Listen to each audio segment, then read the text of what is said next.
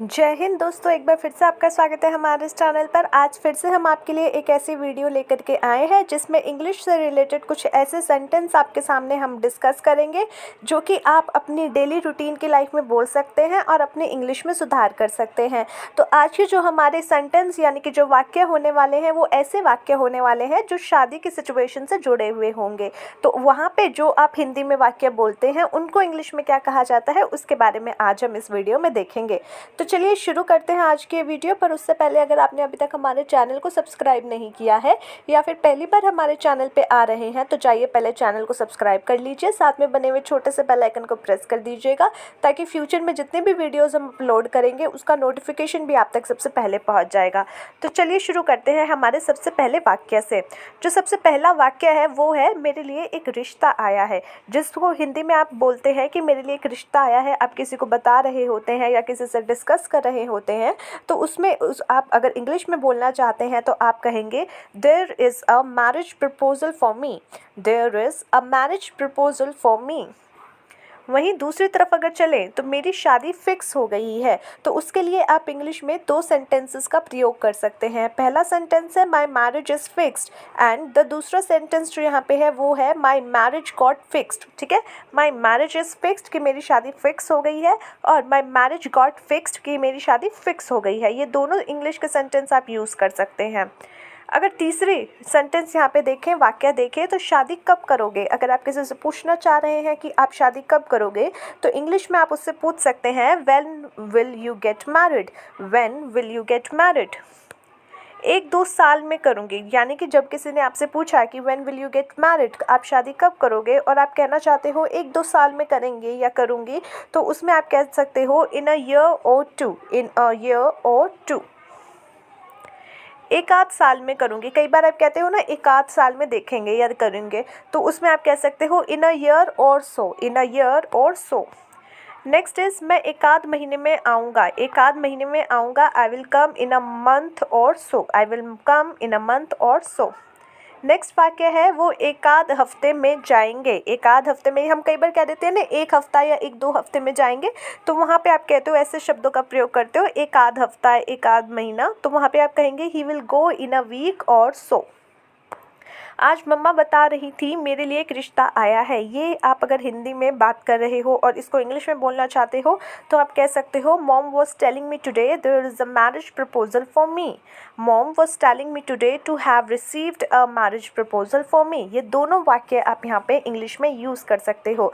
पहला क्या है, mom was telling me today there is a marriage proposal for me, and दूसरा यहाँ पे है mom was telling me today to have received a marriage proposal for me.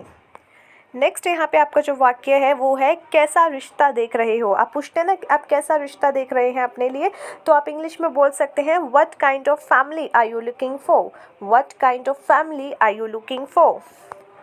Next is वो government job पर होना चाहिए, अच्छी फैमिली से हो और हैंडसम हो, जो कि आमतौर पे आप कहते हो ना लड़के के बारे में कि वो गवर्नमेंट जॉब हो, अच्छी फैमिली हो, हैंडसम हो, तो उसको इंग्लिश में आप क्या कहेंगे, he must be in a government service, he must be in a government service from a reputed family and handsome too, from a reputed family and handsome to.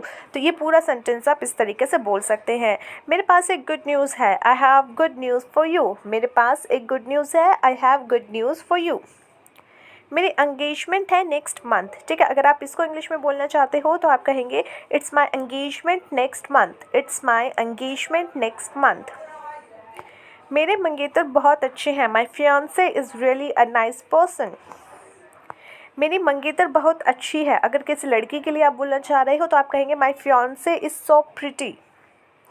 मैं बहुत खुश हूँ, मेरा फियांसे बहुत अंडरस्टैंडिंग है, तो इसके लिए इंग्लिश में आप क्या कहेंगे, I am very happy, my fiance is very understanding. मेरी एंगेजमेंट हो गई है, को इंग्लिश में आप कहेंगे I got engaged, I got engaged. Next is last month मेरी एंगेजमेंट हो गई है, को इंग्लिश में आप कहेंगे I got engaged last month, I got engaged last month. दिसंबर में मेरी शादी है, it's my wedding in December, my wedding is in December. दिसंबर में शादी करने की सोच रहे हैं, parents are planning to arrange my marriage in December. शादी की शॉपिंग कहाँ से करोगे को अगर आप इंग्लिश में बोलना चाहते हैं तो आप कहेंगे where will you shop for your wedding, where will you shop for your wedding. और दूसरा सेंटेंस यहाँ पे इसका है where will you make purchases for your wedding.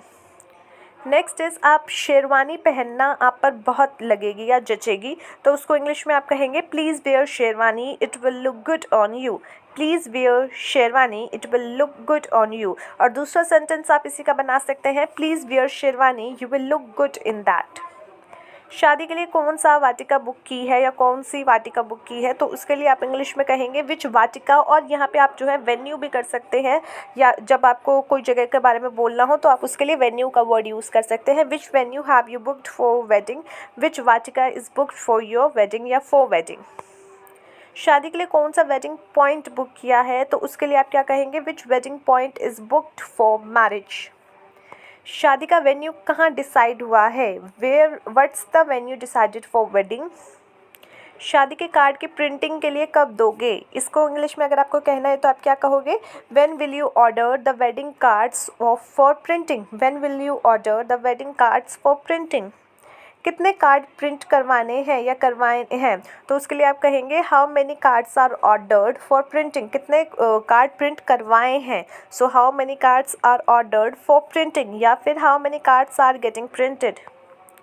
कितने सूट लेने हैं आगे शादी में देने के लिए, तो इसके लिए आप इंग्लिश में कहेंगे how many suits are to be purchased for giving away in marriage. Next is कितने सूट खरीद लिए, how many suits did you buy. Next is लड़के वालों को क्या देना है, what all is to be given to the groom's family, what all is to be given to the groom's family.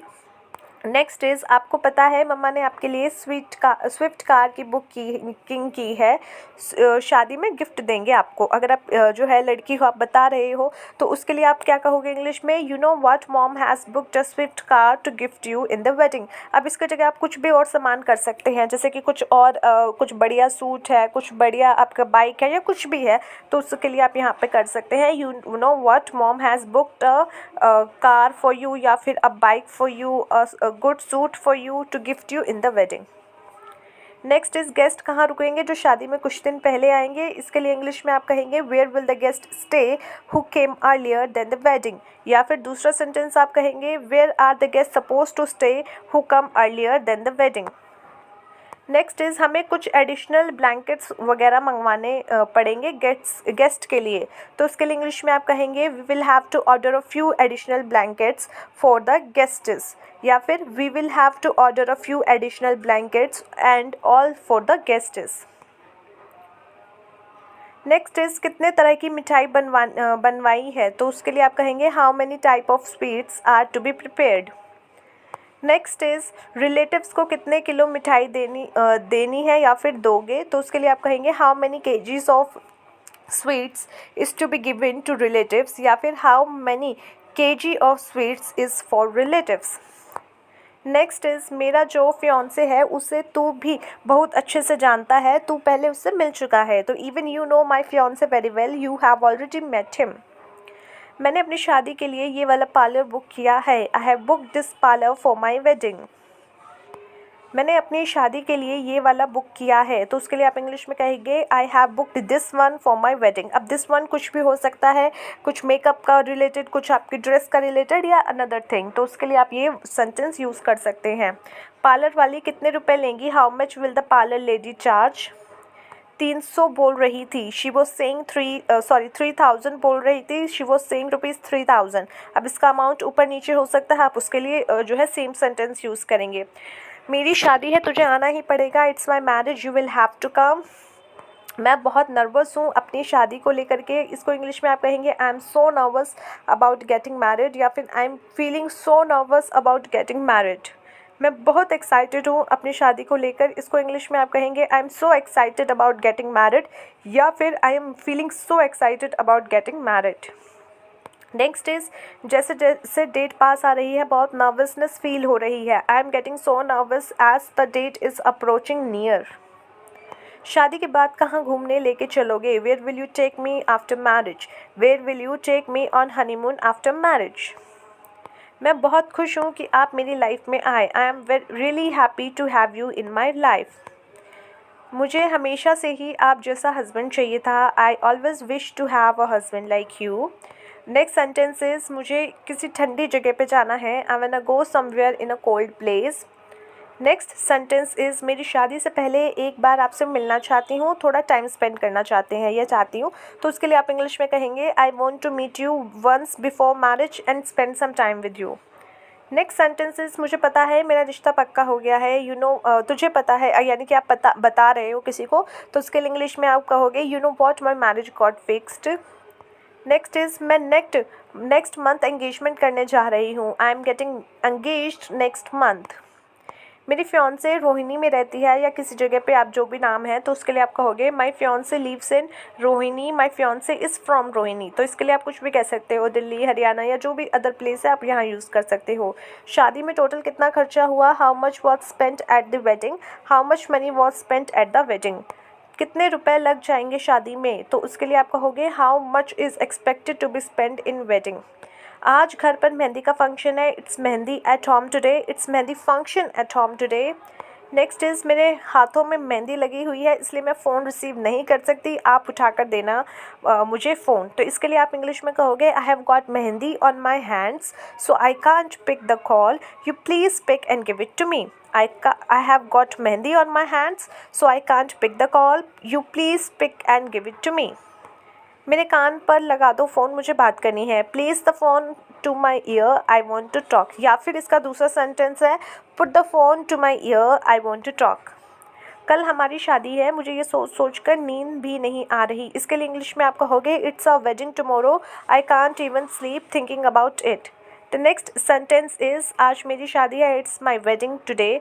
Next sentence is मेरी शादी को 1 साल हो गया, तो इसके लिए आप कहोगे it's been 1 year to my marriage. Next sentence is मेरी शादी दिसंबर में थी, तो इसके लिए आप कहोगे आई गॉट मैरिड इन दिसंबर। तो ये थे वो सारे सेंटेंसेस दोस्तों जो कि शादी से रिलेटेड होते हैं। शादी से रिलेटेड फंक्शंस को लेकर के या सिचुएशंस को लेकर के ये सारे जो है सेंटेंस आप अपने प्रयोग करते हैं। तो ये सारे सेंटेंस आज हमने डिस्कस किए हिंदी और इंग्लिश में। आई होप आपको जो है काफ़ी कुछ यहाँ से सीखने को मिला हो और साथ ही साथ जो है आप रियल लाइफ में भी इन सेंटेंसेस का यूज़ करेंगे और जो है अपने इंग्लिश में और सुधार करेंगे, अपनी भाषा में और ज़्यादा बेहतरीन करेंगे। तो चलिए मिलते हैं नेक्स्ट वीडियो में एक अगले टॉपिक के साथ। तब तक के लिए take care of yourself and take care of your health. जय हिंद।